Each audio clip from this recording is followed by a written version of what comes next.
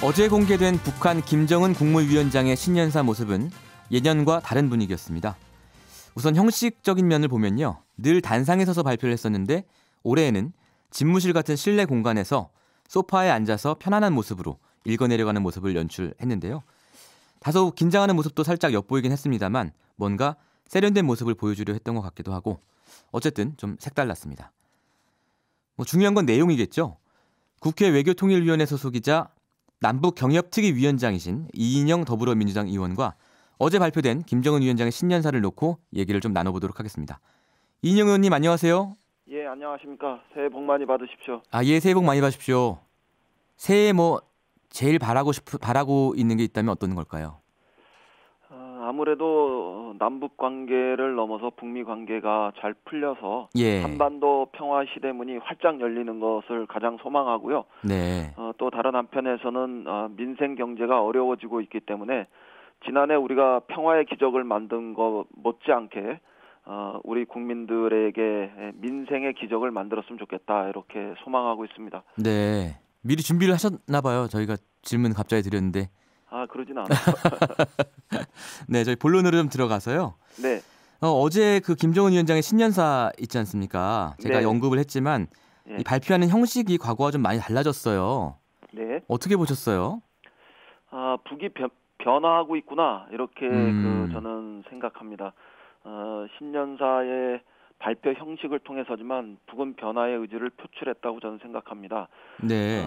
신년사 형식이 장소 또 연설 방식 복장에서 예전의 신년사와는 신년사를 발표할 때하고는 이제 확실히 다른 모습을 보였는데요. 복장도 양복을 입고 있더라고요. 네. 예. 그 주석단에서 연설 탁자를 놓고 하던 방식에서 네. 집무실에서 소파에서 앉아서 서재 분위기도 연출하면서 편안한 분위기로 만든 것이 달라진 것이고요. 네. 또 일방적으로 원고를 낭독하던 방식에서 자신들의 북한 주민들하고 대화하는 이런 그 이야기 방식을 취하면서 친근한 분위기를 연출한 거.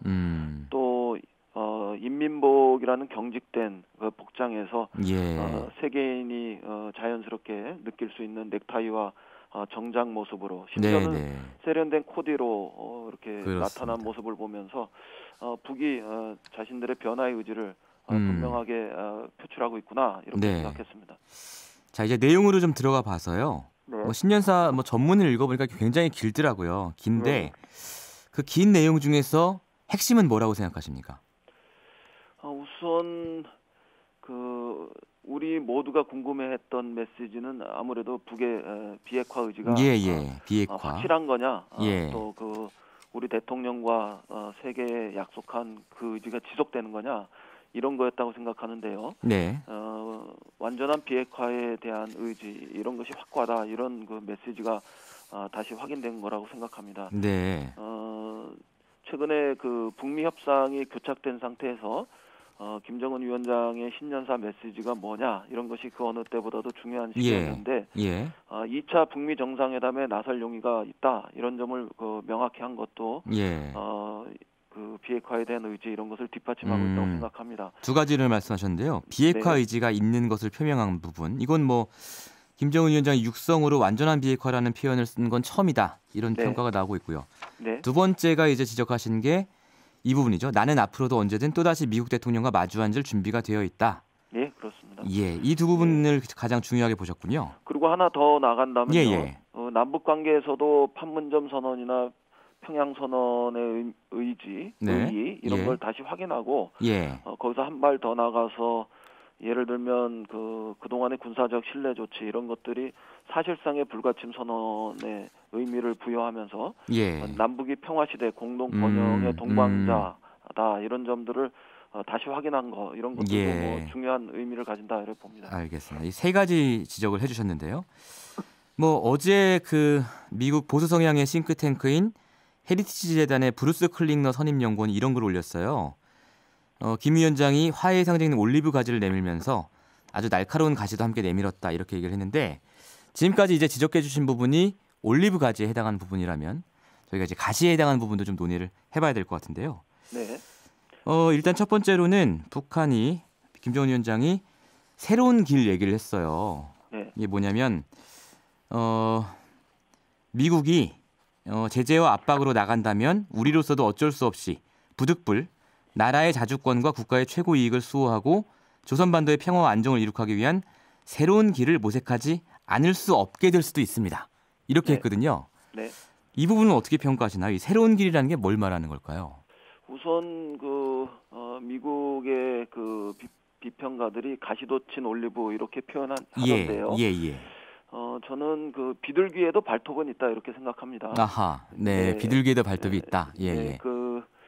북은 시종일관 단계적 상응 조치들을 요구해 왔고요. 그런 면에서 종전 선언 등을 통해 가지고 국제사회에 북미 간의 적대 관계의 종식을 알리기 위한 그런 정치적 선언 이런 것들을 계속 요구해 왔잖아요. 예. 그런 면에서 좀 특별한 것은 아니다. 저는 이렇게 보고요. 아. 오히려 그들이 북미 협상에서 미국 중심으로 끌려가지 않겠다 이런 의지는 보여줬지만 북미 협상에 강력한 기대를 가지고 있다 이런 것들을 방증하고 있다 이렇게 좀 해석하는 것이 좋다고 봅니다. 그리고 북이 실제로 북미 협상을 극단적으로 몰아가지는 않을 것으로 예상이 되는데요.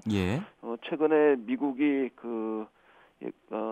비건 대북 협상 대표의 태도를 통해서 좀 유화적인 메시지를 내놨죠. 유화적인 메시지를 많이 보냈죠. 예를 들면 철도 착공식의 예외를 인정했고, 그렇습니다. 남북 간 유해 발굴 사업을 계속 진행하겠다고 했고, 또 인도적 지원을 검토하고 특히 800만 달러에 대한 지원 이런 것들이 가능성 이런 것들을 좀 유연하게 검토하고 있고, 미국민의 북한에 대한 어떤 여행 이런 것들을 검토하고 있는 이런 발언 등을 통해서 북이 강경하게 경직된 태도로 나오지 않도록 그런 여지는 만들었다고 생각합니다. 그래서 알겠습니다. 저는 이 새로운 길에 대한 모색 이런 것들은 구체화되어 있다, 정형화되어 있다 이런 것보다는 다시 말씀드리지만 북미 협상에서 미국 중심으로 끌려가지 않겠다. 이런 그동안에 있었던 그들의 의지 이런 것들을 다시 천명한 것으로 봅니다. 알겠습니다. 어쨌든 가시보다는 올리브 가지를 그리고 발톱보다는 비둘기 자체를 봐야 한다. 이런 말씀이신 것 같고요. 저는 그런 쪽으로 더 많이 보고 실제로 또 그렇게 되는 것이 우리 민족과 한반도에 다행스러운 일이다. 또 한 가지를 여쭤보면요. 또 한 가지의 가시가 뭐냐면 이 부분이었어요. 남북 합동 군사 연습에 대한 것이었는데요. 외세와의 합동 군사 연습을 더 이상 허용하지 말아야 하며 외부로부터의 전략 자산을 비롯한 전쟁 장비 반입도 완전히 중지되어야 한다는 것이 우리의 주장입니다. 이렇게 어제 얘기를 했는데 이게 1년 전에 정의용 국가안보실장한테 한 얘기랑은 좀 다르다. 이런 얘기가 나오고 있거든요. 그래서 남북 합동 군사 훈련에 관한 김정은 위원장의 어떤 경고랄까요? 경고 메시지. 이 부분도 그럼 좀 말씀하신 것처럼 선의로 해석을 해야 될까요? 네, 저는 북이 계속해서 미국과의 한미 동맹을 부인하는 이런 수위들은 낮춰왔다고 생각합니다. 한미 동맹을 인정한 상태 속에서 남북 관계를 발전시킬 수밖에 없는 이런 현실적인 이유 이런 것들을 북도 잘 이해하고 있는 측면으로 이렇게 점점 바뀌어 왔다고 생각하고요. 그래서 우리의 주장이라고 수위 조절했지 강력한 경고다 이렇게 표명하지 않았다고 저는 생각해요. 우리의 주장이라는 표현 자체가 수위 조절을 한 것이다. 그리고 현 국면에서 믿을 수 있는 거는 남쪽인데 너무 지나치게 한미 동맹에 치우쳐서 북미 협상이 불리한 국면으로 흘러가거나 또 남북 관계가 돌아오지 못할 정도로 진척돼 왔는데 이거를 다시 과거로 후퇴시키지는 말았으면 좋겠다. 이런 바람을 표현한 것이라고 또 애둘러 표현한 것이라고 저는 생각합니다. 지금 청취자분들이 많은 문자 주고 계신데요. 긍정적인 반응, 신년사에 대해서 긍정적인 반응도 꽤 있고요. 반면 이런 의견도 있습니다.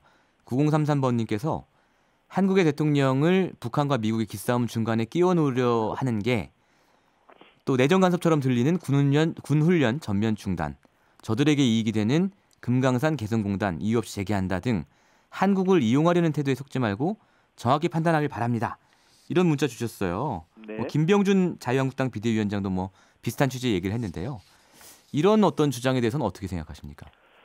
북이 일방적으로 남쪽을 북미 관계에 활용하려고 한다면 오히려 남북 관계 발전에도 도움이 되지 않을 뿐만 아니라 또 북미 관계 발전에도 심각한 장애가 조성된다는 것은 북쪽도 잘 알고 있다고 생각합니다. 그래요. 그리고 실제로 북미 관계가 교착됐을 때 우리 대통령의 중재 역할을 통해서 북미 관계가 더 대화와 또 협상의 과정으로 진척됐었기 때문에 북이 남쪽과 특히 우리 대통령을 그 협상을 위한 하나의 지렛대로 활용하는 이런 그 방식으로는 그 남북 최고 지도자 간의 어떤 그 신뢰에 심각한 문제가 발생할 수 있기 때문에 북은 그러지 못할 것이다. 저는 이렇게 단정합니다. 네.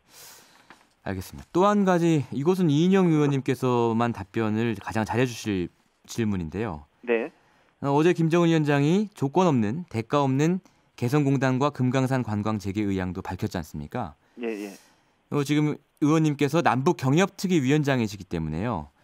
앞으로 이런 발언에 대해서 국회에서도 이 문제를 다뤄야 될 텐데요. 어떤 입장이세요?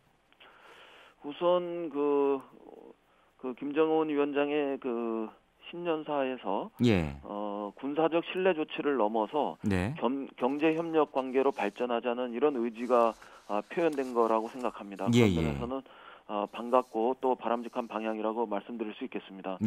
다만 이제 현재 개성공단이나 금강산 관광 이런 것들을 재개하는 것은 유엔 제재에 걸려서 여러 가지 그 난관이 있는 건 사실 아닙니까? 그렇죠. 그래서 북의 조건 없는 재개와 별개로 우리가 국제사회의 제재를 완화시키거나 해제할 수 있는 이런 노력들은 전방위적으로 계속 진행해 나가야 될 것 같습니다. 그러지 않으면 아무래도 개성공단이나 금강산 관광 재개 이런 것들은 제한될 수밖에 없으니까요.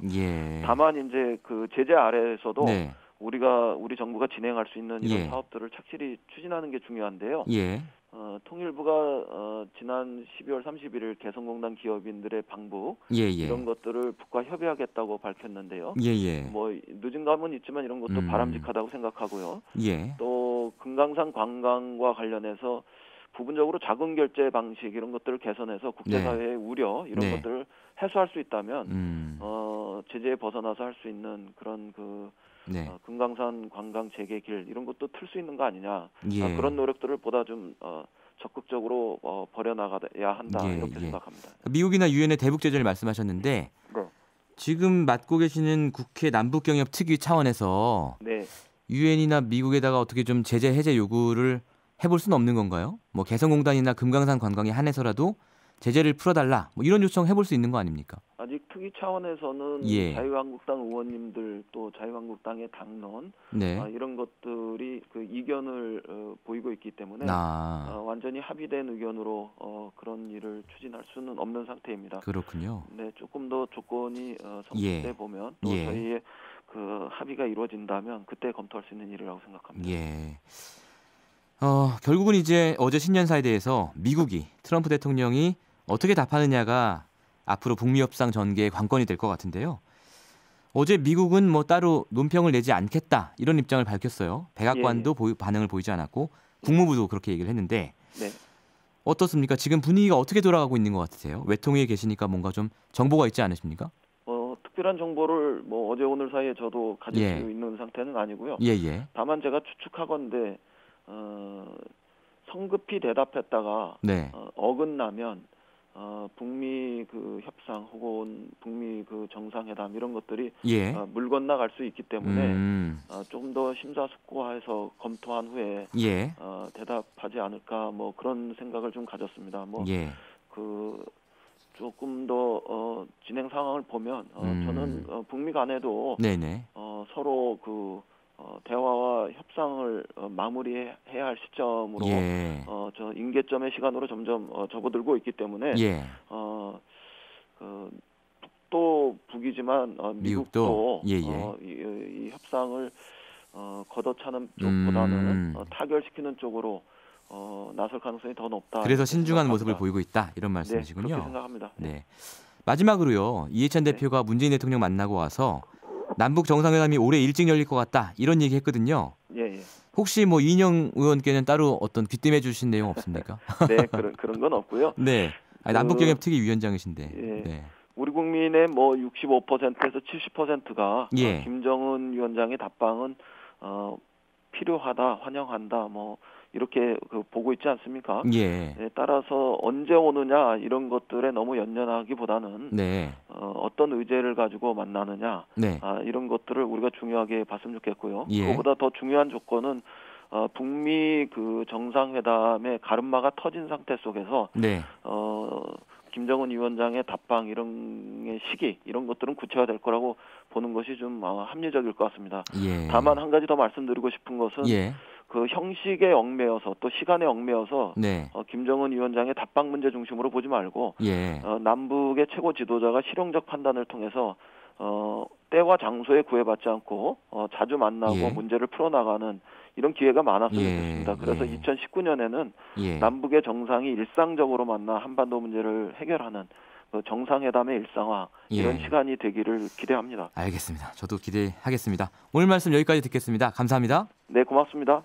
네, 지금까지 국회 외교통일위원회 위원이자 남북경협특위 위원장인 이인영 민주당 의원과 말씀 나눠봤습니다. 평일 아침 7시 20분 시민보의 시선집중.